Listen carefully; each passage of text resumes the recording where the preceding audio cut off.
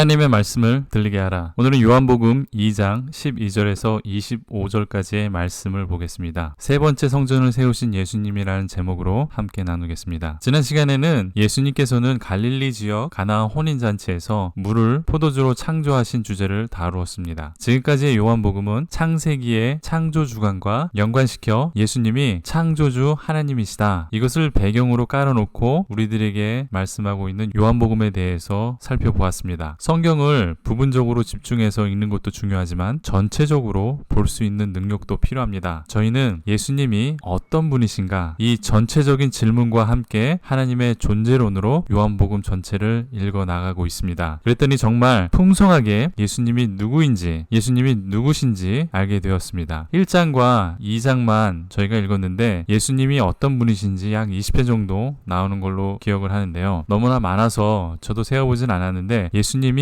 어떤 분이신가, 이 주제를 빼놓고는 정말 성경에 남는 것이 없다, 그 정도 나오는 것 같습니다. 또 1장과 2장 전반부 전체를 보니까 창세기의 첫째, 둘째, 그리고 셋째 날과 맞물려서 예수님이 창조주 하나님이시다, 이런 메시지가 배경으로 있다는 것도 지난 시간을 통해서 보았습니다. 이제 요한복음 2장 후반부부터 보겠습니다. 예수님께서는 갈릴리 지역에서 이제 예루살렘으로 장소를 옮기십니다. 13절에 보면 예수님께서 예루살렘으로 올라가셨다, 이렇게 되어 있습니다. 이때에는 유월절이라는 유대인의 가장 큰 명절이기 때문에 많은 유대인들과 또 예수님께서 예루살렘으로 가십니다. 예수님께서 유월절에 성전으로 가시니까 성전 안에 여행객들을 위하여 제사에 쓰는 짐승들과 환전하는 장사꾼들로 가득했습니다. 그러자 예수님께서는 채찍을 만드셔서 짐승들을 다 내어 쫓아냅니다. 장사꾼들도 쫓아냅니다. 14절을 볼까요? 성전 안에 소와 양과 비둘기 파는 사람들과 돈 바꾸는 사람들이 앉아있는 것을 보시고 노끈으로 채찍을 만드사 양이나 소를 다 성전에서 내쫓으시고 돈 바꾸는 사람의 돈을 쏟으시며 상을 엎으시고 비둘기 파는 사람들에게 이르시되 이것을 여기서 가져가라, 내 아버지의 집으로 장사하는 집을 만들지 말라 하시니. 그러면서 나레이터식으로 설명 구절이 잠시 나옵니다. 17절이 나오죠. 제자들이 성경 말씀에 주의 전을 사모하는 열심이 나를 삼키라 한 것을 기억하더라. 이 장면을 제자들이 잘 이해하지 못했는데 나중에 그 의미를 기억해냈다, 이렇게 나레이터식으로 삽입되어 있는 구절입니다. 유대인들이 주의 전을 사모하는 열심 때문에 이런 일이 일어났다, 이렇게 우리들에게 설명을 해주고 있는 것이죠. 이게 무슨 말일까요? 하나님의 성전을 사모하는 열심으로 인해서 제사에 쓰는 짐승과 장사꾼들이 넘쳐났다는 것입니다. 유대인들이라면 누구나 한 번쯤은 성전에 가서 예배를 드려야 합니다. 전 세계 어디 살던 한 번은 성지 순례를 해야 한다는 것이죠. 예루살렘 주변에 살면 큰 문제가 없을 것입니다. 그렇지만 하루 이틀 시간 내서 다녀오면 됩니다. 그런데 유대인들은 당시 이스라엘뿐만 아니라 북아프리카, 중동, 소아시아 주변 여러 지역에 흩어져 살고 있었습니다. 이스라엘은 주전 588년 바벨론의 침략을 받고 586년에 예루살렘이 함락이 되고 망해서 흩어져 살게 됩니다. 그들은 다시 돌아왔지만 그 이스라엘은 계속해서 침략을 당하며 국가 없이 뿔뿔이 흩어져 살게 됩니다. 이들은 흩어져 살아도 유대인이기 때문에 평생에 한 번은 예루살렘 성전으로 가야 합니다. 오늘날처럼 비행기를 타고 차를 타고 금방 오는 것이 아닙니다. 일주일에서 길게는 몇 달이 넘게 여행을 해서 예루살렘으로 와야 합니다. 이렇게 긴 시간을 여행하면서 소를 가져오는 것은 생각도 못합니다. 염소나 양을 갖고 오는 것도 거의 불가능하다고 생각하시면 됩니다. 어떤 분은 그럼 비둘기라도 가져오면 되지 않냐, 이렇게 말하시는데 비둘기를 새장에 넣어 가지고 오면 한 달도 가져올 수 있다, 이렇게 말씀하시는 분도 보았습니다. 저는 그것도 거의 불가능하다, 그렇게 생각이 됩니다. 배를 타고 걸어서 이 비둘기를 새장에 넣어서 가져온다는 것은 엄청나게 큰 도전입니다. 한 달 이상 걸리는 그 동안에 비둘기가 죽을 수도 있습니다. 그래서 처음에는 좋은 의도로 성전에서 서비스를 제공한 것입니다. 외국에서 오니까 환전도 해주고 환전한 돈으로 양, 염소, 비둘기를 사서 평생에 한 번 있는 성지 순례를 돕는 차원에서 이렇게 편의를 제공한 것이죠. 이 성전을 사모하는 열심을 서로 돕는 것이었죠. 그런데 이 열심히 사모하는 마음을 삼켜버리는 비리가 생기기 시작한 것입니다. 환전할 때 이익이 당연히 생깁니다. 재물을 쓸 짐승을 팔 때에도 이익이 생깁니다. 그러다 보니까 성전에서 제사장들이